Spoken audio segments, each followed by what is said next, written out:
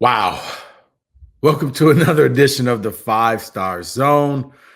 I'm your host, Rico Beard. And guys, yeah, Saturday night, Michigan State defeated Richmond. And it looked like they were on their way to playing Washington and Michael Penix Jr. And, everything was going well for this Spartan football team. I mean, heck, Noah Kim was even the Big Ten Offensive Player of the Week. He had a really good week, really good game.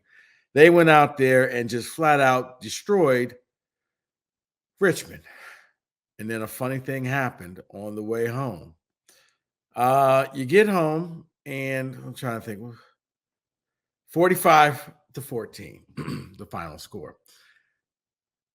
Strange press conference. Mel Tucker talked and had some stuff to say. But when I get home and I'm rewatching the game and I'm preparing for Monday's show, and I came up with a topic, and then all of a sudden around 12:30, a frat brother of mine sends me a text, and then a friend of mine from California sends me a more detailed text. That was the USA Today article on Mel Tucker and Brenda Tracy and the relationship, not relationship, whatever they had. And let me just say this.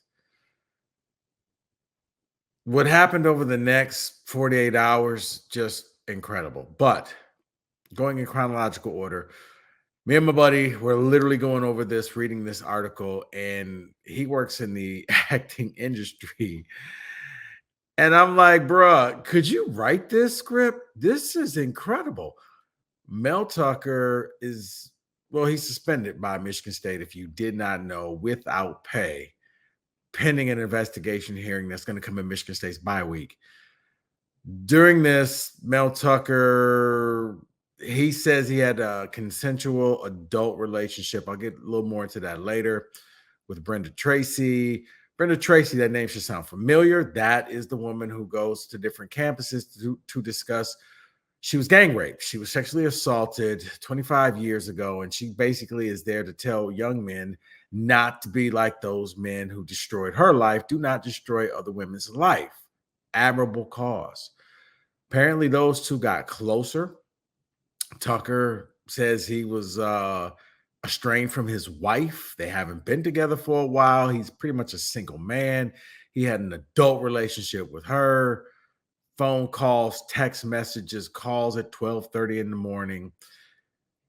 There was one particular call that, according to this USA Today article, which, by the way, is a very, very, very good article. You should check that out because he just kind of lays out the facts. In there, Mel was said at first, he said he was at home with his shirt off. He was in a conversation with Brenda Tracy and basically just started jacking off. And she's like, "What are you doing?" And he said, basically, "Hey, you got me excited." I'm paraphrasing. It goes on. Brenda says she froze. She didn't know what to do. He finished. He thanked her. Well, it was that incident that later on, a few months later, she reported to MSU and said, "Hey, it was she felt some type of way." Now, Michigan State, due to everything that happened with Larry Nasser, long story short, Michigan State files it away. They don't tell the president, interim President Woodruff, or Alan Haller, the AD, of what's going on. They simply say that, hey, due to transparency, we can't let you know because we can't have you influence anything about this case, but there is a pending case on Mel Tucker. You'll know more about it. There's a 106-page document, I believe, and we'll go through this in October. Well, that night, Brenda Tracy released this article. She let her name out, and that was one of the reasons why Michigan State could not suspend Mel Tucker. I called and talked to some university people. They couldn't because they didn't know what the case was. And if they would have suspended Mel Tucker at the beginning of the year, every journalist, including myself, would have had to start digging to see why. They couldn't afford to have Brenda Tracy's name come up, and they would have been in even more trouble. And this is what Michigan State fans and Michigan State people wanted. Due to what happened with Larry Nasser, and so many people knew there was influence. Hey, don't do this, don't say this. No, no, no. You had one arbitrator who did not work for the university, and that's just how it's handled now. Long story short, Mel Tucker disappointed and let down the entire Spartan fan base. Mel, I know you said it was consensual. That's not the fact. The fact is, you put yourself in a really bad situation. Now, since you've come out and said, hey, I was set up, she's trying to destroy my character. And just for the sake of argument, let's just say all of this is true. You still had a relationship with a person that you shouldn't have, because she did speak to university. You did pay her. It's just deemed inappropriate. And because she is a sexual assault survivor, this makes it even worse for you. I can't tell you what a poor choice this was. But you put yourself in this situation, whether it was consensual or not. You can't really walk yourself back from this. The university had to part ways. I'll give the university credit, because for the first time, pretty much ever, they kind of did things the right way. They're crossing their I's, they're crossing their T's, and they're dotting their I's. This is something that and then, as I said, Coach Mel Tucker has come out and he's, said that it was a poor decision. He did admit that. But now he's saying that the university he feels like he was set up, that he was just, people wanted to come after him for his money. And for that, I say, Mel, no kidding. It took you this long to realize that. Wow. Once again, I can't help you. He had a 2-page letter that he sent out via his lawyer. And there he kind of tells his side of the story, because he doesn't feel like he's going to get a fair shake. And then Brenda Tracy had a response to his story. Guys, look, bottom line, to me, this feels like there's going to be a settlement. Michigan State will come up with a number, and Mel will come up with a number. And really, it depends on how many bodies that Mel Tucker knows about the athletic department, and what the athletic department, what else they know about Mel Tucker, and they'll come up with that number. They're not going to send him away. He's never going to get the rest of his $80 million. But he probably will get some type of undisclosed settlement. I'm thinking maybe 10% of that, so around $8 to $10 million. And Mel, you can't ever sue us, and you can't do anything. And then they're probably going to have to come up with something for Brenda Tracy as well. As far as Mel and Brenda, my God, this is starting to get like Johnny Depp and Amber Heard. We don't care. Okay. The more this bickering goes back and forth, the more I do start to feel like there was some type of relationship. Okay. I don't know what it was. I don't care what it was. But when you keep putting it in the public, you keep letting the public be able to speculate on this. Just, guys, figure it out. Be some adults. I don't care. But yeah, the good news is I don't have to hear about Mel Tucker's contract. A lot of Michigan State fans were uncomfortable with this contract. Well, guess what? You get a clean start. You get to move on. You get to move forward. Michigan State can't bring him back. They're going to have to get a new coach. So that's gone. And I do think that there may have been some people behind the scenes who really wanted to make sure that Mel Tucker never got that $100 million payout from his contract. But that was on you. You knew people were out to get you. Can't help you now, bruh. You kind of made your own bed. You got to lie in it. But yeah, for Michigan State, they got from underneath the contract. I don't have to ever hear about his contract again. And now their job is to come up with the best list of candidates to keep this thing together.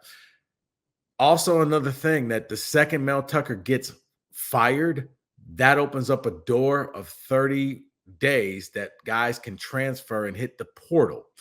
That's important, because if they were to fire him right now, first of all, Michigan State would probably end up paying him close to the $80 million, because it will be a wrongful firing on their part. You got to go through the process. So you got to let this thing happen. But back to the portal, guys can go into the portal 30 days after a coach is fired. That's important because you want to try to hold on to this team as long as possible. You want to see what happens. Now, Harlan Barnett's going to be the interim head coach. Mark D'Antonio is back. Mark D'Antonio coming back to help out Harlan Barnett, kind of in that conciliary role. Okay, you're going to be the Band-Aid. Barry Alvarez has done this for Wisconsin a few times, helping them out during coaching changes. Bob Stoops did it for Oklahoma. I get it. So long as it's just a temporary thing, I'm okay with that. If it goes beyond that, now I got a problem because now we hit that revisionist history where we forget why D'Antonio ended up leaving. Wasn't because he just wanted to retire. It was a lot of other circumstances that went in there when he just upped and left this team the day before signing day, which then forced you to go out and get a coach that maybe you didn't get enough time to vet in Mel Tucker. But I digress.